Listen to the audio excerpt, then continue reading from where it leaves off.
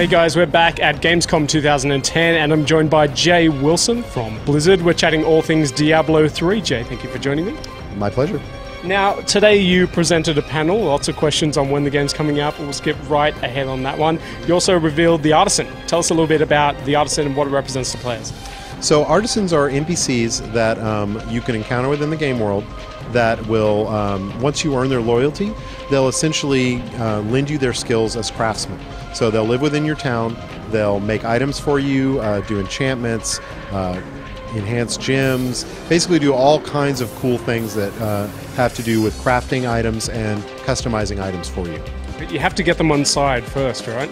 Yeah, the first step in meeting an artisan is really discovering his story and earning his loyalty. Each artisan's a little different. Each one's got their own kind of issues that they need help with.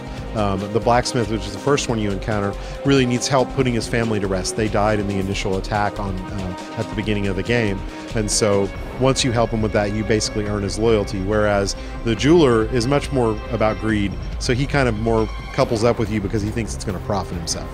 Now we'll clear it up and say that they are NPCs, as you mentioned. They're not combat crew that will actually roam with you and fight. No, they are NPCs. They live within the towns. They help you in the way that they can, which is they can craft items and they can enhance items, but they're lovers, not fighters. Now you're also keen not to get people returning to town so often, and you're putting a couple of systems in place to help with that. What are you doing there? Yeah, one of the big things is we've added salvaging, which is a key part of making items. Whenever you have an item that you don't really want to bother selling and you need materials for crafting, you can put it in this handy little cube-like device and deconstruct it down into a bunch of crafting materials. And you can do that anywhere. So if your bags are full and you have items that you want to pick up off the ground, you can just salvage a few and create some space. And that way you don't have to go back to town nearly as often.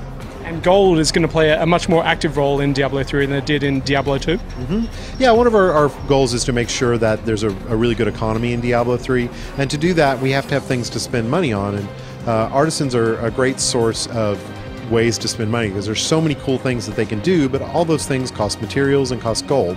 Also, when you're pulling items out, when you're basically salvaging items instead of selling them, that means you are gaining less gold as well, which is a good thing for creating a stable economy. And town portals, they're getting the flick. Yes, we removed town portals from the game.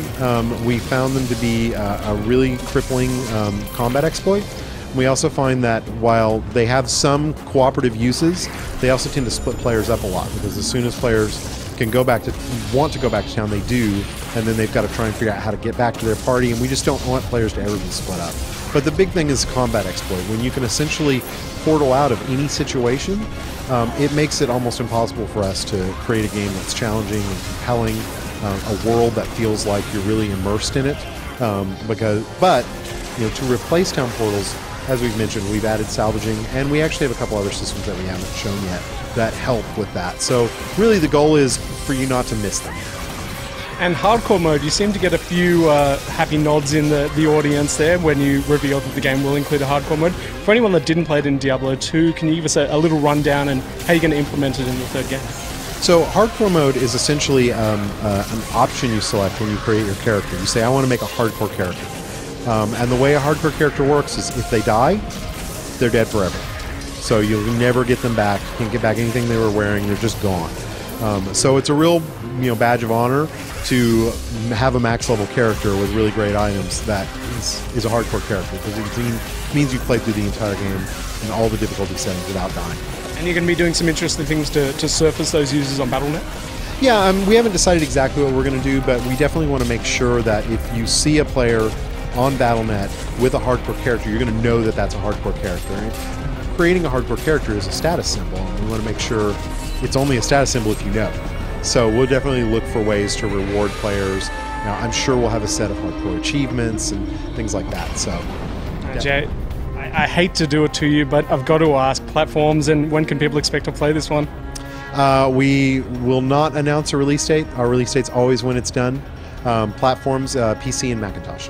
Jay, thank you very much for your time. And stay tuned to GameSpot for ongoing coverage from Gamescom 2010.